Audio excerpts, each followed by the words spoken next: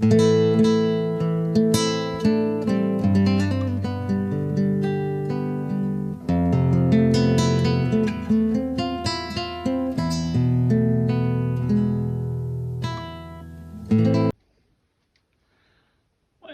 folks, this is Travis of Elliston Equine Solutions partnership once again with the Clopton Cow Company. I'm just sitting around drinking my coffee here. And I had one of your viewers talk about hobbling, and that's one that's been on my mind for various reasons, and there's a lot of good reasons why to hobble or use leg restraints on your equine friend. And I'm going to go through a list of ones that I believe are important. Number one reason to use hobbles or leg restraints is you're able to help your horse. What do I mean by that? Well, it's real simple. When you're teaching your horse something, you're trying to control the direction that their feet go. The rein connected to the hoof, the lead rope connected to the hoof, round pin controlling direction so the horse can think and understand that you can control their feet. So that's one way of doing it to help a horse think. The second way to help a horse think is restrain their legs. All right, think about it. A horse in survival mode is flight, freeze, or fight. Okay, so when you restrain their legs, guess what they're going to do? They're going to try to flight. They can't do that. Number two, they might freeze because they realize they can't fight. And that is good if you work with it and try to get them to think. As Ray Hunt used to say, think. And that also goes for humans. Think. All right? So if they can think, they'll be calmer, they'll work through what's going on, and then they'll yield, which I like to call worn pressure when wearing hobbling or leg restraints. Once they realize that they can think, they become very humble. They can be very, very calm, and you have something to work with. Now, I do that to all my horses. I do it with the horses that I am starting when they're young. I'll do all the groundwork, get the groundwork out of the way. I'll get where they can handle their feet comfortably, and then I will put the leg restraints or hobbles on. Now, the second reason why I like putting hobbles on, and we'll talk about the different kinds, is if I got one that's kind of being not really easy going, giving shots, and I have to get the shots done, I could put a series of sideline hobbles on. I could put a one-leg hobble on. If I have to deworm, I could do the same thing. If I need to put a saddle on real quick because I'm trying to do my job, I can put one-leg hobble on until I can get it trained as a Band-Aid. All right? So I kind of like that aspect. Veterinarians have used restraints for thousands of years, so there's nothing really wrong with using hobbles or restraints. Now, if you don't like it, well, this probably isn't the video you want to watch.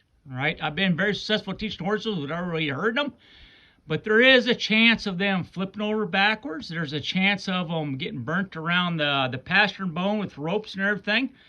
But I would rather have them do that, which leads in my second thing, than have to take them to the veterinarian and get 110, 200 stitches done on a horse because it's got his leg caught in a barbed wire fence and it's going to survival mode. It's fighting it because they didn't freeze, and then they try to do flight, and then they go again. I'd rather for them to give to the fence and just sit there and say, okay, I'm going to wait for Travis to show up and get me out of this. I am going to think. I'm going to yield to that pressure because he has learned to give to worn pressure. All right. So that's one of the reasons I like that. Now, when I do put the stuff on and they do get kind of burnt up around there, if they do, most of the time they don't. Depends, once again, what type of horse you're dealing with. Some are hotter than others. Some are very cold. So it varies, just like humans. You have different type of humans. You got different type of horses. But if they do burn their pasture bone, what I'll do is I'll just put an ointment on it, or and I'll just doctor it real quick, and it's not no biggie. Once again, I'd rather have that and then trying to rush to the hospital, to the veterinarian to get it done. All right, the next reason why I like it is if I'm out in the wilderness, if I'm out in the desert, I cannot be left out there because that might be my survival. There's nothing to tie onto with the reins. There's nothing to tie if you do that with your reins. There's nothing to tie onto if you get down and with your lead rope and halter if you do it that way. There's just no way of doing it out in the desert. Sometimes you have to set hobbles on. In a bridle horse, you're not going to tie up. You are going to hobble. They're trained to do that with a bridle horse. So that's why another reason that I like hobbling. Another way I like it about it is ground tying. If I can do front hobbles, I'm already halfway to teaching them how to do ground tying. Later on, we'll do a series of teaching and talking about how to ground tie. There's a couple of different methods, but I'm talking about the hobbling kind. I drop the lead rope or tie it to it, and that is a method. So that's another reason why I like hobbling. I mean, there's just so much stuff and reasons why I like hobbling. You know, it's just a great experience for the horse. It's just fantastic. All right, but you got to be smart about it. Like I said, you want to help them out and try to get them to think instead of going into survival mode. Now, when I am teaching this, I will put them in a round pen, fluffed up dirt so they don't get hurt, because I can control the environment. I might take them to center arena that's fluffed up, and that way they're away from the fence even further, so I can help my horse out or my mule out to learn how to hobble. Horses are way better, believe me, but it's not impossible for mules. So you're going to say, Travis, what tools do you use? Well, it's really easy. If you, the first thing I start with, which is phase one, is I teach them to lead. I teach them to lead by my lariat. All right, I teach them to lead by this, or I might just use a long cotton rope with the leg strap and teach them to yield to that pressure and release. And same time, they'll learn to warn pressure off of this. So I'll use that. So I'm not going to cover that one in the hobbling of this series of this month, because you can already check it out on my video. All right, it's on there and you'll like it. But that's phase one. I teach them to yield to the front legs, to the hind legs. The second thing I'll teach them is the one leg hobble, which is this tool right here. I will teach them to tie up one leg so they can balance on three legs. And that really gets to their mind. And I exercise them, and I'll show you that video. Once I'm done and comfortable with that phase, I'm going to go to the sideline hobble. And the sideline hobble is right here. And that's where I'm laterally controlling the front leg and hind leg of a horse. And you can see one made out of seat belt, nylon strap, or you can make your own out of cotton. And I'll have a video showing how to make this. This is very nice. Once I'm done with sideline hobble, next I'll move into the next phase, which is introducing the front hobble. The front hobble with the sideline hobble. And then I might go a four-way hobble. It depends. But most of the time I'll concentrate for a week, 2 weeks, 3 weeks just with the three-way hobble. Once, and with this around the pasture bone. Once they're taught, then I can slide up to the cannon bone. So this will be right by the fetlock area with three-way hobble. Once they're done, move on to the next phase. I'll remove the sideline hobbles and I'll sit through the pasture bone. Then I'll slowly move it up to the cannon bone. I like it down low in the beginning. I've had better success at that. Some people are taught just go straight up to the cannon bone, but I like it down here by the pasture bone. The reason being, you got a lot longer tendons. The extensor tendon get tore up more up there than down below, because it kind of sweeps down instead of being straight up. Some reason it seems to me like they're tougher underneath the pasture bone in the beginning than up on the cannon bone with the extensor tendon going straight down the back. So that's why I like it down below. Now, do you have to use leather hobbles? Absolutely not. You can use a rope, okay, type halter. You can use a simple piece of rope.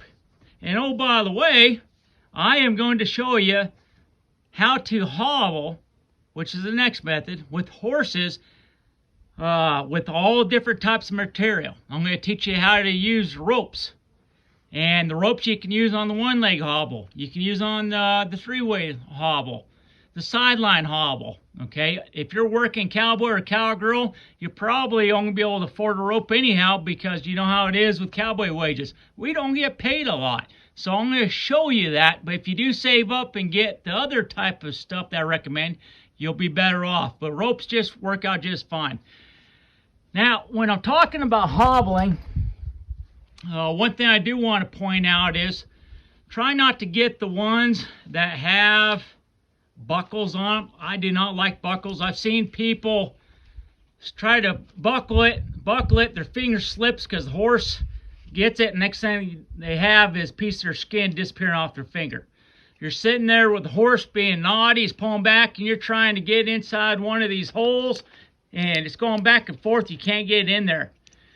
Then the next thing is, if you do get in there, it's hard to bend it sometimes, to fold it underneath this ring to secure the leather strap. And I'm already having problems just demonstrating off the buckle.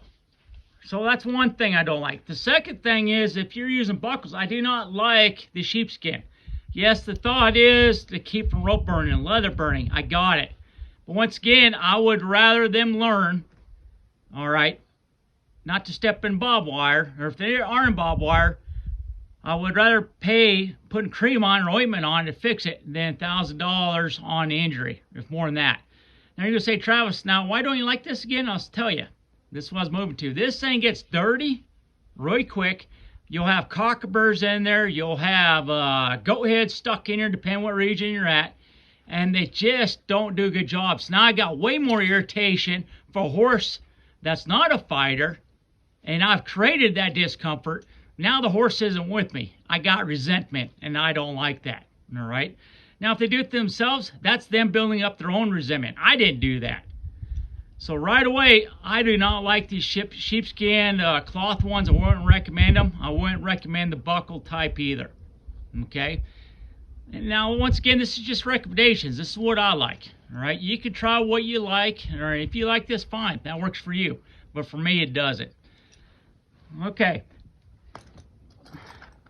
Now, there's two types of hobbles out there.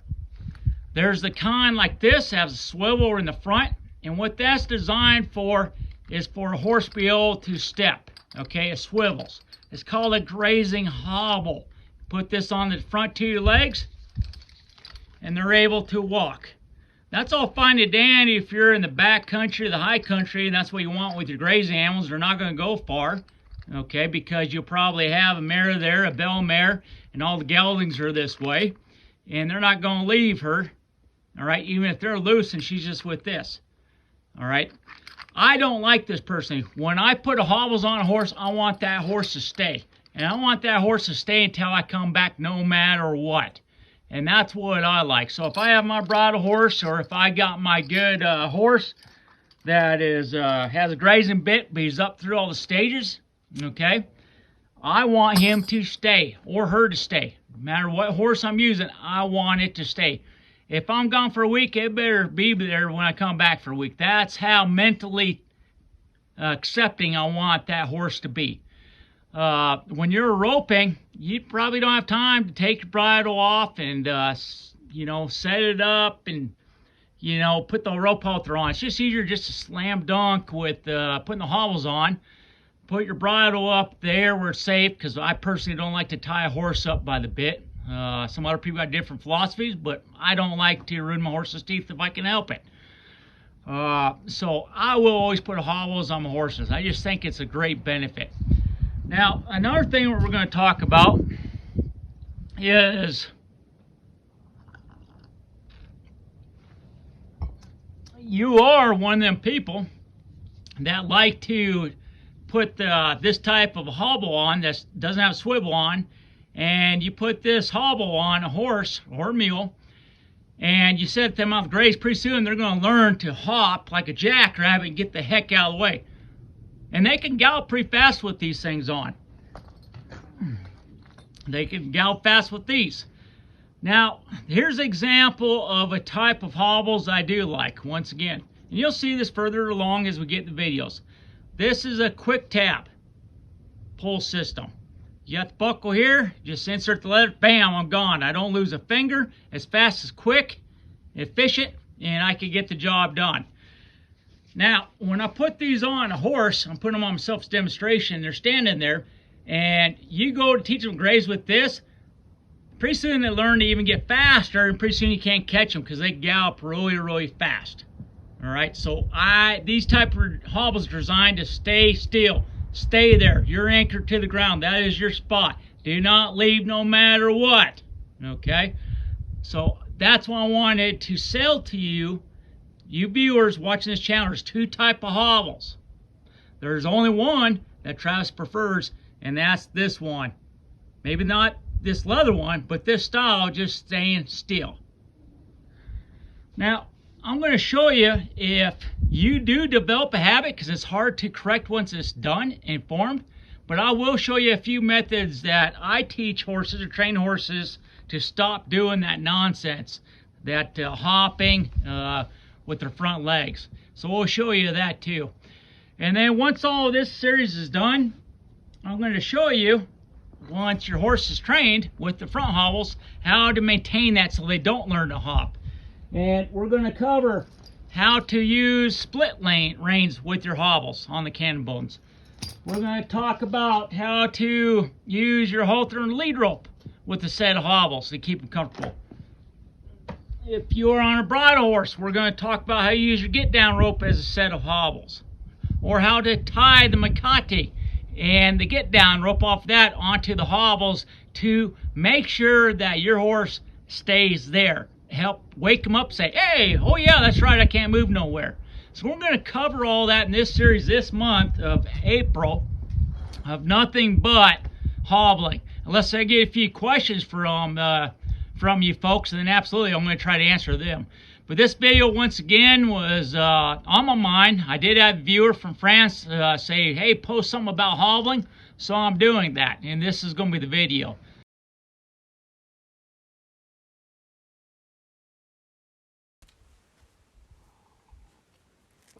Okay, so one thing I want to cover, if you have the type of hobbles.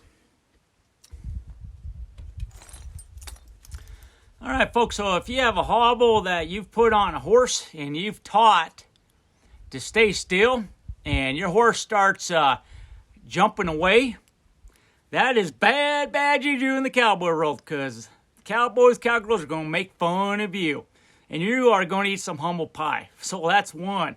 Number two, your horse ain't going to respect you, all right? It is doing what it wants. Number three, you might have to walk a long ways away to go get your horse, if you can catch it, because it has learned to hop. I mean, that's just bad. So you're going to have 3 stings against you if your horse starts learning to hop like a jackrabbit. Number one, made fun of by everybody. Number two, your horse not really bonding with you, not respecting you. And number three, you might have sore feet by having to go get that rascal. So the best thing to do is don't let them do that. Remember, there's different hobbles. There's grazing hobbles like this, meant for grazing. Not these. Savvy? All right, so I want you guys and gals to have the knowledge to have a solution.